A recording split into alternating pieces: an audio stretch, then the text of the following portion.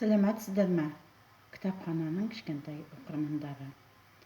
Осы апта балалар және жасөспірімдер кітап апталығы болғандықтан, мен сіздерге "Кел оқиық балақай" атты кітап көрмесін ұйымдастырдым. Бұл кітап көрмеде ең кішкентай оқырмандарымызға арналған.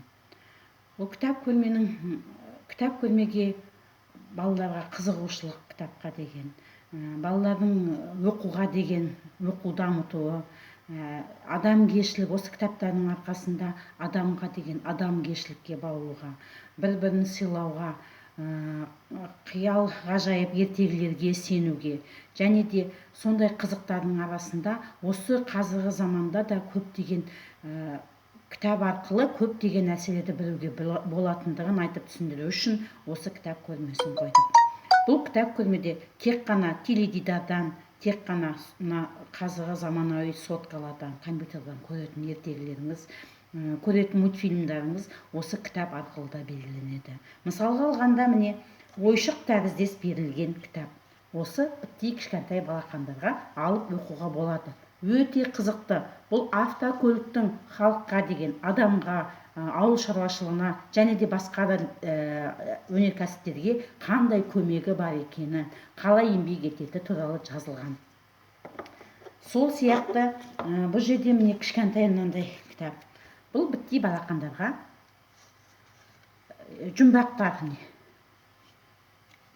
қандай күшті, суреттерде қалай әдемі безендірілген, түрлі түсті сиялармен, бояулармен безендірілген әдемі кітапшалар. Сол сияқты міне бітті кеме туралы.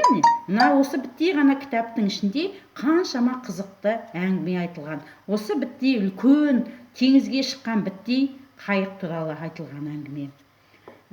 Сол сияқты міне автокөлік, тағы да бір автокөлік, жеңіл автокөлік дейді. Бұл жеңіл автокөлік әңгімесін оқысаңыздар өте қызықты. Өйткені балақандар, сіздер бұны теледидар арқылы осы мультфильмдерді көресіздер, тачки мультфильмдерін көресіздер, тағы да басқа осы қазір шығып жатыр осы техникалар туралы, көгілдір трактор сияқты мультфильмдер бар ғой, сол сияқты осы кітаптардың ішінен де алып көруге.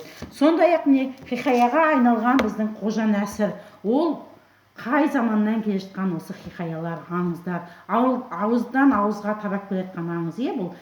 Бұл аңызды көптеген біздің ата-бабаларымыз, аталарымыз, әке-шешелеріміз, біз де өзімізде осы кітаптарды оқыдық. Осы Қожа Нәсірдің аңызы бәрімізге қызықты болды. Оны ауыздан ауызға, жұртқа жеткізе білдік. Сол сияқты алдар көсе, міне, әрқашанда адамды күлдіріп, адамды алдап жүретін алдар көсе, бұның қаншама адамға деген адами қасиеті осы алдар көсе, осы ертегілерде айтылған. Сол сияқты читаем по слогам, бұл балаларға буындап оқуға, жаңада мектепке табалдырығын аттаған балаларға буындап оқуға әжептәуір себебі бар. Сол сияқты міне русалочка ертегісі. Қараңыздар қандай әдемі, қалай әдеміленіп суреттеліп салынған. Бұл суретке қарап, бұны жалғыз балалар емес, үлкен адамдар, үлкен ересектер де оқығылары келеді. Бұл ертегілердің бәрін адами қасиетпен, адамгершілік, жұртқа деген бұл кітаптардың ішінде ақ пен қараны ажыратуға болады. Сол сияқты біздің мына көрмеде де қаншама кітаптарымыз бар. Мына көрмені мен сіздерге әдейілеп ұйымдастырдым. Қараңыздар, қаншама қызықты кітаптар. Бұл кітаптың ішінден бұл жерге ертегі кейіпкерлерін де қойдық. Өйткені бұл балалар, сіздер үшін осындай ата-аналар, әжелер, балапандарыңызды ертіп келіп, осы кітапханадан осы қызықты кітаптарды алып, көмектесіңіздер, балалар оқысын, дамысын. Әрқашанда балалардың дамығаны ол өзімізге үлкен аманат, үлкен бір болашақтарын осы кітаптар арқылы ашады деп айтамын. Бұл кітаптардың ішінде жалғыз ғана жамандық жазылмаған. Бұл кітаптың ішінде адамға деген мейірімділік, қызығушылық, бір нәрсенің орнын қалай табуға болатын, ақылмен қалай шешуге болатын, оймен қалай айтуға болатын, бәрі осы кітаптардың ішінден белгіленген.